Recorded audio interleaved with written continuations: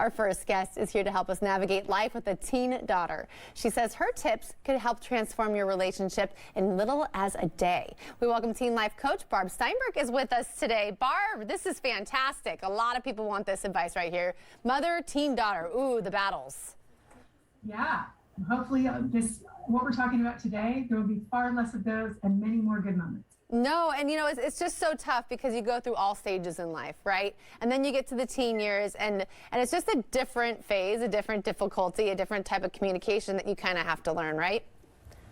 Absolutely. They're growing up, they're aging, they want more independence, they want more freedom, and we have to change our style of parenting to match that so we can maintain and grow a really close relationship with them. Oh, but it can be so hard. It can be so hard. So I'm glad that you're here with tips today. You're getting me prepared. My first daughter is only 11, but I feel the teens coming on. So I feel like it starts earlier than even the teenage years. Sometimes, you know, your first tip is to practice what you call a 4-1 rule.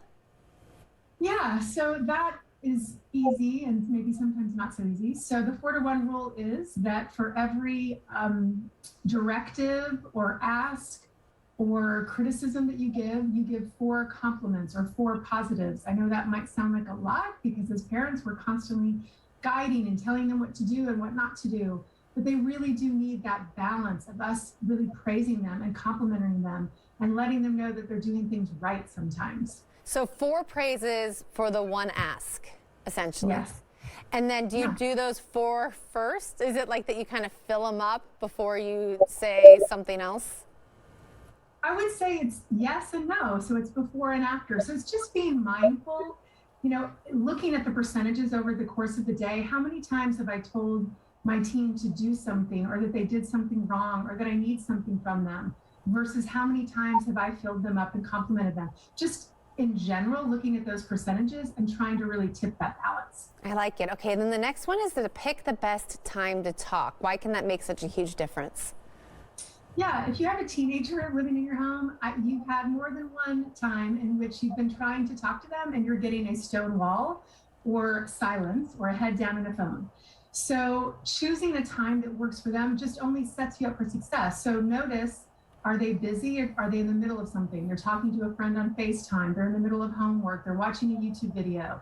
They're tired. They're hungry. They're out the door rushing to go somewhere. These are not the most ideal times. You're not going to have a successful conversation. So being in a car with them is really a successful time. You're sitting side by side. There's less pressure of you staring at them in their eyes. That can feel a little intimidating and intense sometimes.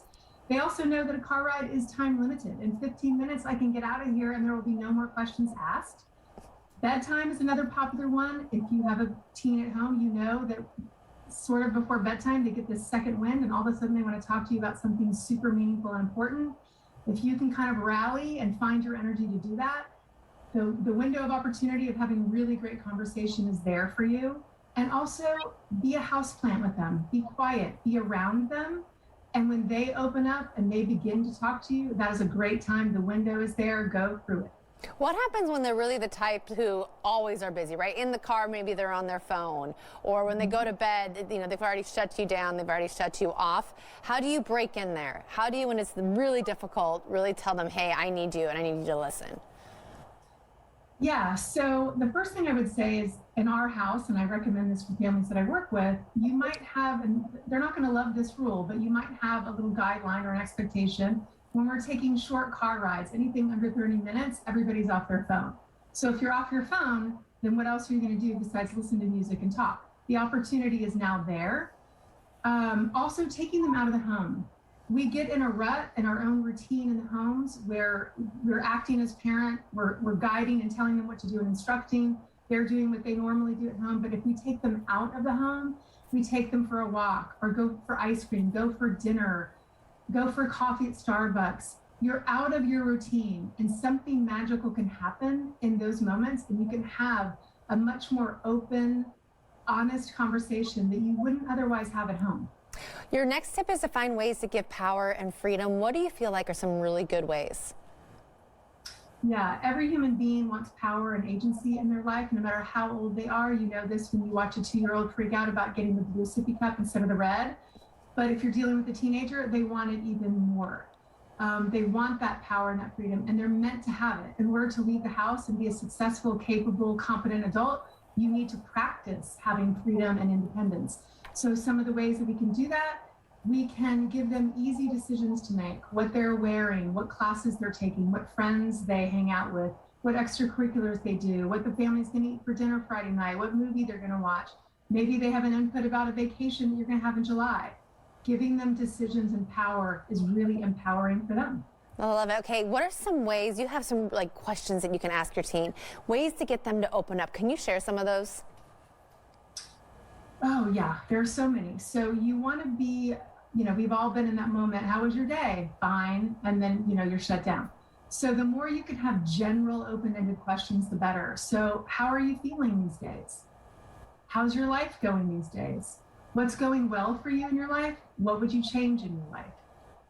How many, on any given week, how many good days do you have versus how many not so good days do you have, if any? So general self-reflective questions can give them an opportunity to be more open. No, it's hard because sometimes you just feel stuck. So I love that you have those to go to. This one of giving the message, I love you no matter what, is huge. Mm-hmm. Yeah, this one I could talk about for an hour.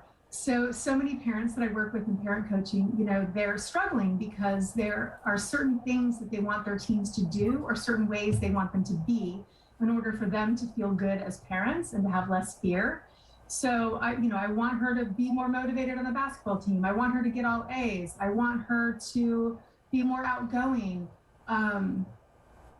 So when our teens feel that we want them to be different than they are, they're not going to feel very loved and accepted as they are. In addition, our teens are going to make mistakes. That's part of learning. So they're going to do things that we don't want them to do. So maybe they break curfew, they sneak out, they drink alcohol, they have sex, whatever it is, and we're unhappy with those decisions. They really need to hear regularly and often, before a mistake and after a mistake, that we love them no matter what. There's nothing that you can do that will take my love away from you. And that's just simply put, I love that. Your next one is to apologize. When do you apologize? Often, I would say, as a parent, like me as a parent. Anytime you have a little feeling in your gut that says, oh, I wish I didn't say that. I wish I didn't react that way. I wish I didn't handle it that way. Anytime you can apologize and say, I'm sorry. I wish that I wouldn't have said that. I wish that I didn't react that way. That's teaching them it's okay to make mistakes. None of us are perfect. It's really important to apologize to maintain a close relationship. And it kind of lets down the guard and it softens them. So when they hear a parent say, I'm sorry, they actually see us as a human being, and it softens them so they're not so angry at us or defensive with us. Mm-hmm. And then you say, ask permission to give advice. That's a hard one. Yeah, this is so important. So when they're little, we're constantly giving them advice. We're always telling them what to do because they're little and they need a lot of guidance. But when they grow up and they're an adolescent, they really don't want us to tell them what to do all the time. So when she begins or he begins to share something with you, like they're having an issue with a friend or they're mad at their math teacher, instantly, often we move into problem solve mode. Here's what you should do. Here's what you need to do. When really we just need to say, do you want me to just listen or would you like some suggestions? Yeah, that's such a good tip right there. And then the last one is find ways to make her the expert or just always make her the expert. What do you mean by that? Yeah, so this kind of goes back to a little bit about letting her have power in her life or letting your teen have power.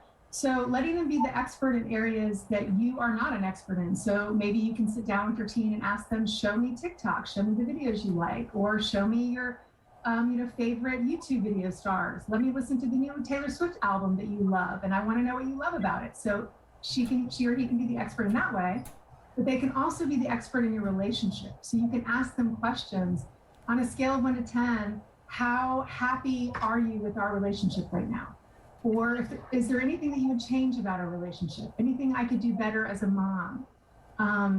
Anything you want less of, anything you want more of. Now, it doesn't mean that they magically get everything that they say, but it gives you insight into what's going on inside of them. And then they feel powerful and you feel closer. But what do you do when they roll their eyes then? You use humor. You laugh and go, I know, I'm so annoying. I'm asking a million questions, but I just really want to know what's in your head. You're super important to me. I love it. Barb, such good advice. Even for boys. I have 13-year-old boys, and that is just so super helpful. Thank you so much. You're welcome. Thank you. Great tips today. And we're going to have more information about Barb on our website at KATU.com, but don't go away. We'll be right back.